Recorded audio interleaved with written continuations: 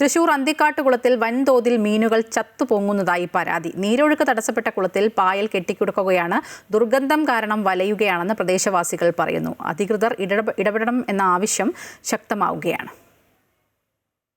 വലുതും ചെറുതുമായി അനേകം മീനുകളാണ് കുളത്തിന്റെ വിവിധ ഭാഗങ്ങളിൽ ചത്തുകിടക്കുന്നത്. നീരൊഴുക്ക് തടസ്സപ്പെട്ട വെള്ളം കുറഞ്ഞ പായൽ കെട്ടിക്കിടന്നതോടെ ഓക്സിജൻ ലഭിക്കാതെയാണ് മീനുകൾ ചത്തുപോകുന്നതെന്ന് പ്രദേശവാസികൾ പറയുന്നു. ഇതോടെ പ്രദേശത്താകെ ദുർഗന്ധമാണ്.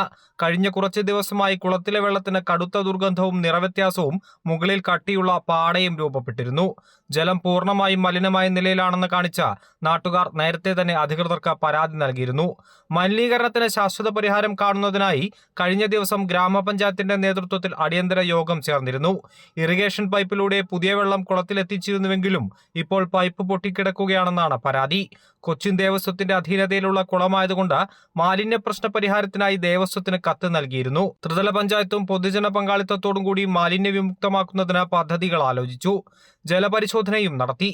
ഇതിനിടെയാണ് മത്സ്യങ്ങൾ കൂട്ടത്തോടെ ചത്തത്. മാസങ്ങളായി ഇതിലെ വെള്ളം ഉപയോഗിക്കാൻ പറ്റാത്ത ഒരു വലിയ സാഹചര്യം ഉണ്ടായിരുന്നു.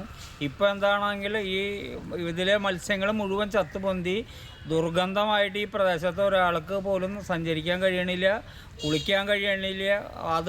ഇതിൻ്റെ ശോചനീയാവസ്ഥ ഉടനെ ബന്ധപ്പെട്ട അധികാരികൾ ഇടപെട്ട് പരിഹരിക്കണമെന്നാണ് ഒരു നാട്ടുകാരെ നിലയ്ക്ക് നമുക്കിതിൽ പറയാനുള്ളത്. ഏകദേശം 4.5 ഏക്കർ വിസ്തൃതിയുള്ള അന്തിക്കാട്ടുകുളവും നൂറുകണക്കിന് ആളുകൾ നിത്യവും ആശ്രയിക്കുന്ന ജലാശയമാണ്.